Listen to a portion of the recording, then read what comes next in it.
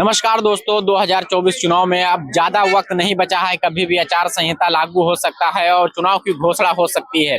और हम 2024 चुनाव को लेकर के जनता से बात करेंगे कि जो एक भारतीय जनता पार्टी के तरफ से 400 पार का नारा जो दिया जा रहा है वो क्या है, कैसे होगा आखिर 400 पार, क्या रणनीति है भाजपा की जो 400 पार जाएगी सीटें, बताइए क्या रणनीति है भाजपा? देखिए, भाजपा का ये विकास रथ पूरे भारत में विकसित हुआ है।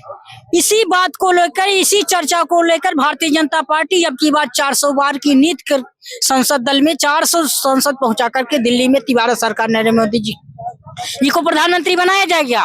अगर तो रिटायर नहीं होंगे मोदी जी? देखिए, मोदी जी हमारे रिटायर जब होंगे, जब वो कहेंगे मैं रिटायर होने, वो इस्तीफा देंगे, वो कहेंगे मैं प्रधानमंत्री की नहीं चला सकता कुर्सी, तब दूसरे को नाम। लोग कह रहे हैं कि ईवीएम का खेल है इसलिए 400 पार हो रहा है। देखिए भाई साहब, हाँ, जब कर्नाटक चुनाव जीत जाते हैं, हाँ, हिमाचल प्रदेश चुनाव जीत जाते हैं, हाँ। कई राज्यों में चुनाव जीत रहे, उत्तर प्रदेश में आप क्या नाम घोसी उपचुनाव जीत जाते हैं, मैनपुरी उपचुनाव जीते, तो ईवीएम पर ठीकरा नहीं फोड़ते हैं। अगर सत्ता में इनको आ जाना है तो ईवीएम पर ठीकरा नहीं फोड़ना। अगर चुनाव हारते हैं तो ईवीएम पर ठीकरा। देखिए, हमारा नगर पंचायत, जिला पंचायत बैलेट पेपर से होता है। हाँ। क्या ईवीएम मशीन लाने वाली कांग्रेस ही तो है। तो वही कांग्रेस तो मांग कर रही है कि हटा दो। देखिए, कांग्रेस मांग कर रही है, जिस राज्य में कांग्रेस सरकार बन जाती है उसको उस सरकार में जितने विधायक सांसद चुन करके गए हैं, कर्नाटक में, हिमाचल प्रदेश में, अन्य राज्यों में इस्तीफा दे, वो फिर से कहे ईवीएम मशीन छोड़ करके क्या नाम बैलेट पेपर से चुनाव होगा। यानी इस्तीफा दे, फिर से चुनाव हो। लोकतंत्र में ये है। अगर लोकतंत्र में खतरा ये बता रहे हैं तो चुनाव आयोग, राष्ट्रीय चुनाव आयोग को एक पत्र लिख कर दें कि जब तक ईवीएम हटे नहींगा तब तक मैं चुनाव नहीं लड़ूंगा। ये राजनीतिक दल, जितने राजनीतिक पार्टियां हैं, अपनी स्वार्थ की रोटी सेकने के लिए जनता को बलगलाती रहती हैं, जनता को ईवीएम पर ठीकरा फोड़ती हैं, जनता के सामने विकास का कोई एजेंडा नहीं लेकर चलते जब सरकार में आते हैं। अगर नरेंद्र मोदी जी ने भारत को विकसित देश बनाने का संकल्प लिया है, विकसित भारत प्रदेश, उत्तर प्रदेश को योगी जी ने विकसित प्रदेश बनाने का संकल्प लिया है, विकसित भारत प्रदेश और देश बना रहे हैं, तो इनके पेट में दर्द क्यों हो? पेट में दर्द हो रहा। ठीक है, क्या कहना चाहेंगे विपक्ष और जो दिल्ली में ईवीएम के ऊपर जो इतना धरना प्रदर्शन चल रहा है और सब जो कंट्रोवर्सी हो रही है, भाजपा एक तरफ 400 पार का नारा लगा रही है, तो क्या ऐसे होगा? क्या समझ में नहीं आ रहा है लोगों को कि कैसे 400 पार जाएगी आखिर बीजेपी इतना विरोध के बाद? भाजपा 400 पार जाएगी, इसमें संदेह नहीं है। केवल बौखलाए और घबराए वही लोग हैं जितने भ्रष्टाचारी थे, वही लोग घबराए हैं। जैसा अभी बच्चे ने बताया ना कि ईवीएम से चुनाव, तो क्या नाम से जिला पंचायत का, नगर महापालिका का, ये सब चुनाव तो बैलेट पेपर से होते हैं, वहाँ भी भाजपा बहुमत लेके आती है। तो अगर इन लोगों को ईवीएम से इतना ही कष्ट है तो सारे जितने चुनाव लड़ने वाली पार्टियां हैं सब लोग लिख कर दे दे चुनाव आयोग को कि मैं तब तक चुनाव नहीं लड़ूंगा जब तक कि ईवीएम मशीन से चुनाव होगा। अपने आप इस तरह से तो प्रधानमंत्री भी तो बीजेपी के ही प्रधानमंत्री चुनाव ही नहीं होगा। क्यों नहीं होगा? न हो चुनाव, अगर नहीं चुनाव तो होगा, ये तो लोकतंत्र है। चुनाव तो 5वें वर्ष होना है। अगर उनको ये चीज ईवीएम हटाना है तो लिख के दे दे कि ईवीएम से चुनाव होगा तो हम लोग चुनाव नहीं लड़ेंगे, तब तो हम समझे कि ईवीएम की विरोध कर रहे हैं, बाकी सब जनता को बरगला रहे हैं। तो दिल्ली में फिर इतना बड़ा जो धरना चल रहा है तो फिर क्यों नहीं चुनाव आयोग संज्ञान ले रहा है? वो वही विपक्ष जो घबराए हुए हैं कि हमारी जांच होगी, हम भ्रष्टाचार में तो बहुत लूटे हैं, हम करोड़ों और अरबों की संपत्ति बना लिए हैं, तो अब वही लोग सब घबराए हुए हैं। तो बीजेपी में भ्रष्टाचारी नहीं है? बीजेपी में भ्रष्टाचार, ईवीएम वो विरोधी दल उसको उठाए ना, उसको उठाए, उसके लिए खुद का स्वयं प्रधानमंत्री का नैतिक जिम्मेदारी नहीं है कि अगर भ्रष्टाचारी है तो उनपे कार्रवाई कर? भाई देखिए, हो सकता है हमको नहीं दिखाई दे रहा, तो आप उठाओ ना, आप धरना प्रदर्शन करो, आप धरना प्रदर्शन करो, उसके लिए करो ना। कहाँ कौन मना कर रहा है? लोकतंत्र है, आप करिए, स्वच्छंद है, लेकिन वो नहीं करेंगे क्योंकि वो जानते हैं। तो जो भ्रष्टाचारी वो विपक्ष के लोगों का दिखाई देता है, बीजेपी को, अपने पार्टी के लोगों को नहीं दिखाया। आप यही कहना चाह रहे हैं? नहीं, मैं कह रहा हूँ कि मैं अपने को सही मान रहा हूँ। अगर आपको गलत लग रहा है तो आप उसका आवाज उठाओ। मैं तो सही हूँ, मैं भले भ्रष्टाचार आप कर रहे हैं, मैं मान रहा हूँ। तो मेरा भ्रष्टाचार जहाँ हो आप आओ सामने ना, आप आवाज उठाओ, विरोध करने से हमारी भी जांचो, हमारी भी जांचो। विरोध करने से कार्रवाई ही कहाँ होती है? क्यों नहीं होगी? अगर जनतंत्र जो चाहेगा वो कैसे नहीं होगी? क्या बात करते हैं आप? हाँ। क्या बात करते हैं? कार्रवाई होती है, क्यों नहीं होगी? बिल्कुल होगी। लोगों से राय जी क्या कह रहे हैं? जो सहमत है आप इनकी बात से कि भ्रष्टाचारी बीजेपी में है तो हमें दिखाई नहीं देता और विपक्ष को दिखाई दे रहा है तो प्रदर्शन करे? देखिए ना, मैं तो पक्ष में हूँ ना विपक्ष में हूँ। हाँ। मैं निष्पक्ष हूँ। हाँ। मैं स्वयं एक पार्टी का राष्ट्रीय अध्यक्ष हूँ, हाँ। भारत नमन पार्टी का। इस धरती से जितनी जल्दी में कांग्रेस, भाजपा और सपा बसपा को मिटा दिया जाए, देश उतनी जल्दी में सही हो जाएगा। ये सारे भ्रष्टाचारी हैं, नुक्ताचीनी करते हैं, नूरा कुश्ती लड़ते हैं। ये कभी न बेरोजगारी पर बात करेंगे, ना भ्रष्टाचार पे बात करेंगे, ना तो गरीबी पर बात करेंगे, ना ये क्या नाम, तमाम ऐसे मुद्दे हैं उस पर आप साथ में बीजेपी को भी लपेट रहे हैं। अरे बीजेपी क्या दूध की धुली है, उस बिल्कुल कहूंगा। रहा सवाल अभी आप ईवीएम की वो राष्ट्रवादी पार्टी है, ये लोग राष्ट्रवादी मतलब उस पार्टी से जो ज्वाइन होते हैं, जो नेतागण, वो अपने आप को राष्ट्रभक्त समझते हैं। राष्ट्रवाद उसको कहा जाता जब राम राज हो। भगवान राम से 24 क्वेश्चन पूछा गया था उस जमाने में, तो उसमें भगवान राम ने जवाब दिया था राजाओं को कि हम जो टैक्स कितना ले, पूछा था तो भगवान राम ने जवाब दिया था 6% से अधिक टैक्स लेने वाला राजा पापी की श्रेणी में आता। मैं चैलेंज के साथ कहता हूं, कांग्रेस और मोदी दोनों पापी की श्रेणी में है। इनको रामराज के बारे में पता ही नहीं है। ये 18% जीएसटी, 40% टैक्स, 5% सरचार्ज ले रहे, रामराज की बात करते हैं।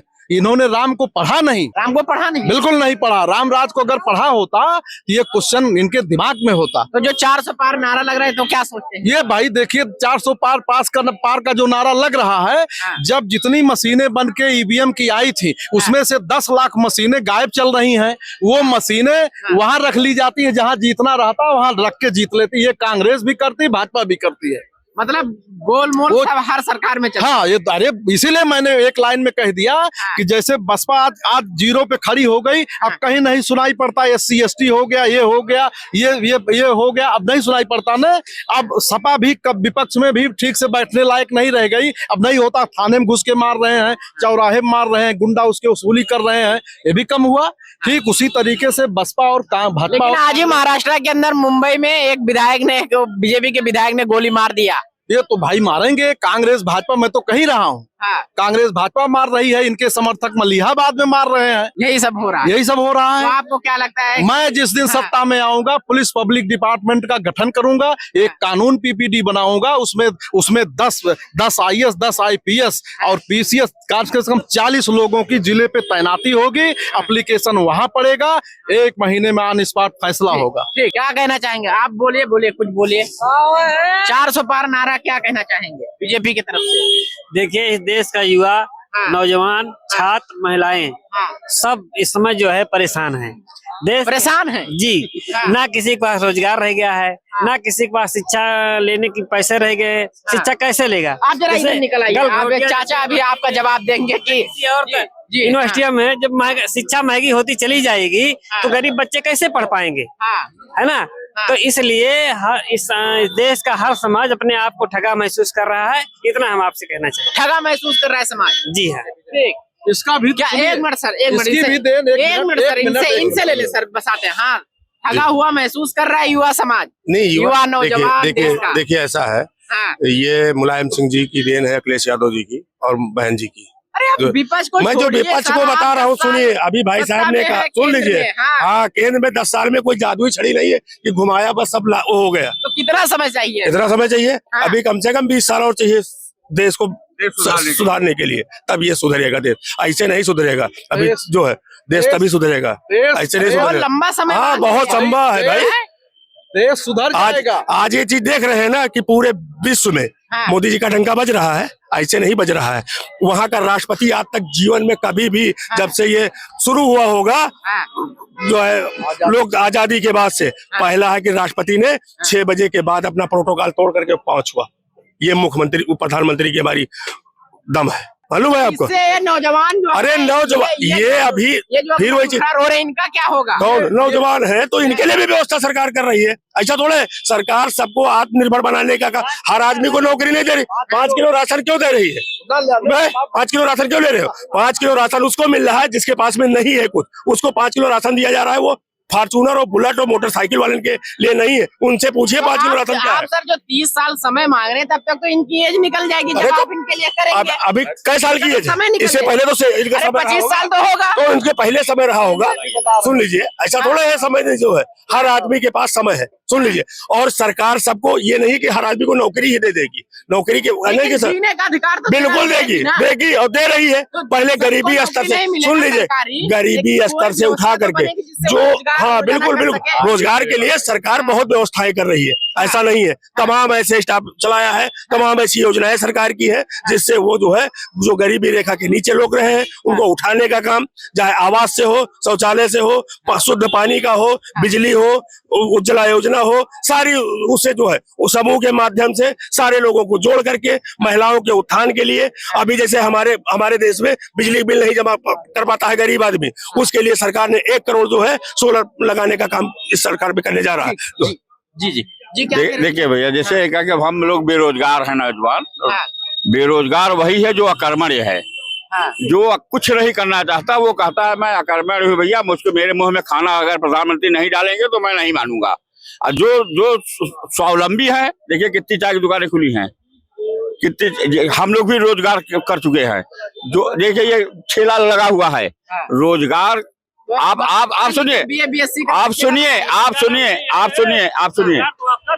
रोजगार आपका भी है, रोजगार आपका भी। सुनिए, फिर गवर्नमेंट ने 10 लाख रुपए बिना गारंटी के, 10 लाख रुपए बिना गारंटी के हर नौजवान युवा को कह दिया कि आप बैंक में जाओ, 10 लाख रुपए लो, अपना रोजगार करो। तो उसको देना क्या पड़ेगा, प्रूफ क्या देना पड़ेगा? कुछ ना, बिना गारंटी भैया वो कैसे? केवल अपना आधार कार्ड ले जाओ, अपना आधार कार्ड ले जाओ, आप दिखाओ कि हम ये दुकान खोल रहे हैं, 10 लाख रुपए मिल जाएगा। बिल्कुल मिल जाएगा। आप जाओ बैंक में, कहो मैं ये दुकान खोलना चाहता हूँ, आप ले जाकर दिखाओ कि हम ये चाय पान की दुकान खोल रहे हैं, हमको इसमें मदद चाहिए। जी समझ रहे हैं? बताइए क्या ये अभी कह रहे थे कि युवाओं के लिए सरकार ने कुछ नहीं किया, युवा अपने आप को ठगा महसूस कर रहा है इस सरकार में। हाँ भाई साहब, कहीं ना कहीं ठगे होंगे तभी ठगा महसूस कर रहे हैं। गलती इनकी है ना, सुन लीजिए, गलती इनकी है। ऐसी जगह चले गए होंगे जो ठग लिए गए होंगे, सही जगह नहीं गए भाई साहब, ये गलत दिशा में चले गए हैं, ये उस गोले में पहुंच गए थे। इसी गोले में रह के आप काम करिए, सब कुछ आपको बढ़िया मिलेगा। और माननीय प्रधानमंत्री जी जो है, हमारे जो है नरेंद्र मोदी जी के नेतृत्व में बहुत ही अच्छा काम हो रहा है, वो काम होता हुआ दिख भी रहा है। जनता ने इसी बार जो है दूसरी बार चुना है, तीसरी बार भी चुनने जा रही है। 2024 में माननीय प्रधानमंत्री नरेंद्र मोदी जी तीसरी बार शपथ ले रहे होंगे दिल्ली से, लाल किला के पास से। जी क्या कहना चाहेंगे? देखिए, जैसे अभी उन्होंने कहा 30 साल लगेगा, 8 बजे रात को 500 1000 की नोट बंद हो गई, एक को महीना नहीं लगा और 30 साल लगेगा। अरे ये घंटा लगेगा। प्रधानमंत्री बोल दें कि कल से देश के अंदर दोहरी शिक्षा चिकित्सा नीति समाप्त कर दी जाए, तभी देश सही हो जाएगा। इसके कारण जो है कांग्रेस, बसपा, सपा है, इन तीनों ने इतने विद्यालय को एडिट कर दिया है, प्राइमरी में, इंटर कॉलेज में, डिग्री कॉलेज में कोई छात्र है ही नहीं, सिर्फ अध्यापक बैठे हैं। सिर्फ ये दोहरी शिक्षा नीति, इस पर मॉनिटरिंग होनी चाहिए। यदि दोहरी शिक्षा नीति और चिकित्सा नीति समाप्त हो जाए, प्रधानमंत्री को करने के लिए किसने रोका है? ये भाजपा, अब क्या बताएं, मैं विपक्ष में होता तो मैं इस मुद्दे को उठाता, और जो विपक्ष में है वो बोल ही नहीं पा रहा है। जी क्या कहना चाहेंगे कि दोहरी नीति खत्म करना चाहिए, सरकार को खत्म नहीं कर पा रही मोदी जी? क्यों भैया, बता रहे हैं, हमारी उनकी बात हमारे पल्ले नहीं पड़ रही है, क्या बोल रहे हैं। वो कह रहे हैं कि देश में जो दोहरी नीति चल रही है वो खत्म होना चाहिए। रात के 8 बजे जैसे नोटबंदी होती है, यहाँ घोषणा करते हैं प्रधानमंत्री। ये दुमुही और दोहरी बातें हमारे समझ में नहीं आती। ये दुमुही वाली ये बातें हमारे समझ में नहीं आती। बड़े भाई वाकई में जो है योग्य व्यक्ति हैं। और ये जो आज के समय में रोजगार व्यापार को लेकर हम अभी बात कर रहे थे, ठीक, रोजगार वगैरह, भाई साहब जो बोले हम नहीं बोल, हम अभी आए हैं, लेकिन उन्होंने शायद कुछ उल्टा सीधा बोला होगा कि हाँ व्यापार नहीं मिला, रोजगार ठगा हुआ नौजवान महसूस कर रहा है। हाँ, ठगा हुआ महसूस कर रहे हैं। आज की डेट में रोजगार अगर देखा जाए, हम आपको कुछ दे रहे हैं लेकिन आप ही विरोध कर रहे हैं। आप भी प्रधानमंत्री नीतियों से भुक्तभोगी होंगे, फायदे मिले होंगे, ऐसी बात नहीं। अब आप है, कुछ लोग चैनल में बताओ, मैंने भाजपा ने तलवार पकड़ना सिखा दिया, अब तलवार भाजपा के भूखे जा रहे हो। Digital India, make in India बनाया और भाई लोग यूट्यूब और फेसबुक केवल भाजपा का विरोध कर रहे हैं। मतलब मैंने कमाने का जरिया भाजपा ने दिया, भाजपा ने कमाने का जरिया दिया, हर जगह से रोजगार। और आज की डेट में केवल ब्रेन, आदमी जो है माइंड, दिमाग लगाए तो हर विभाग में हर स्तर का कार्य कर सकता है। अगर बीएससी पढ़ा है तो उसके लिए भी व्यवस्थाएं अलग भाई। और जिनको काम ही नहीं करना है उनको आप लाख चाहे जहां बिठा दे, चाहे जो भी कर दे, वो काम नहीं करेंगे। कितना सीट आएगी इस बार बीजेपी की? भैया बीजेपी की 400 प्लस रहेगी, इससे नीचे नहीं रहेगी। सरकार बीजेपी की? हाँ, बीजेपी बन जाएगी कंफर्म।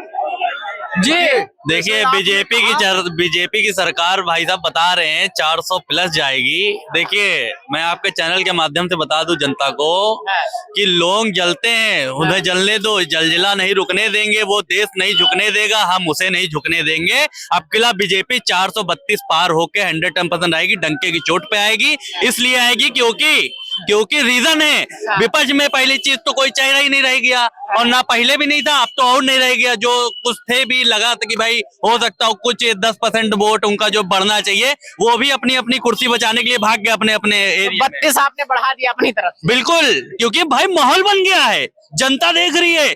जहां पे मैं जा रहा हूँ वहां एक बार मैं रुक रहा हूँ चाय पीने के लिए, वहां 4-5 लोगों का ग्रुप मिल रहा है, हम ऐसे मुआयना कर रहे हैं। अरे भाई साहब ये बताइए 2024 में गठबंधन आ रही है, तो कौन गठबंधन तो मैं जानता ही नहीं हूँ, नरेंद्र मोदी को जानता हूँ मैं, और नरेंद्र मोदी ही जी आएंगे। भाई साहब 4 में से अगर 3 नरेंद्र मोदी का नाम ले रहा है, तो हमने 32 अगर बढ़ा दिया तो क्या बुरा किया? 56 कर दिए होते। अरे 56 होगा, अभी परसों आप आइएगा 56 मिलेगा। अभी और भी थोड़ा मुआयना कर रहा हूँ, 110% आएगा। और मैं कह रहा हूँ अब अगला बार बीजेपी की सरकार बनने में इलेक्शन पूरी तरीके से समझ लिए, विपक्ष में कोई चेहरा ही नहीं रहेगा। लास्ट अंतिम बात करके आप खत्म करें। देखिए, जैसे अभी वो कह रहे थे दोमुही बात, ये दोमुही बात मैं थोड़ा कर रहा हूँ। शिक्षा और चिकित्सा इतनी महंगी हो गई, ये इसलिए महंगा हो गया, दोहरी नीति लागू है। अगर शिक्षा चिकित्सा की सिंगल नीति लागू हो, एकल नीति लागू हो जाए तो सारे लोग पढ़ लेंगे। आज शिक्षा में इतनी महंगी फीसें हो गई, जो ला मार्टिनियर का विद्यालय है, जो सेंट जॉन्स है, पीटर्स है, ऐसे में ऐसे बच्चों को पढ़ाने के लिए लोग भेज रहे हैं, उनके पास पैसा है।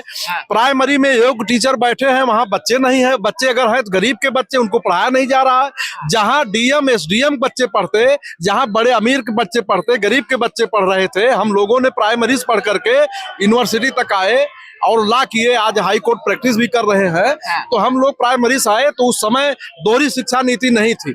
आप चाहते हैं कि जहाँ डीएम एसडीएम का बच्चा है वहीं गरीब का बच्चा भी पढ़े, एक साथ सबका समान एक शिक्षा हो। ये 1990 के पहले यही व्यवस्था थी। 1990 के बाद मुलायम सिंह आए, फिर उसके बाद बहन जी आई, ये दोनों लोग गरीबों के नेता बन के आए, और गरीबों को ऐसा इन्होंने बर्बाद कर दिया, आज गरीब शिक्षा से वंचित हो गया। हमारे यहाँ फैजाबाद में कुमारगंज यूनिवर्सिटी है, कुमारगंज यूनिवर्सिटी में 5000 फीस लगती थी, अब इस सरकार में 1,25,000 है, कौन पढ़ा पाएगा? ठीक।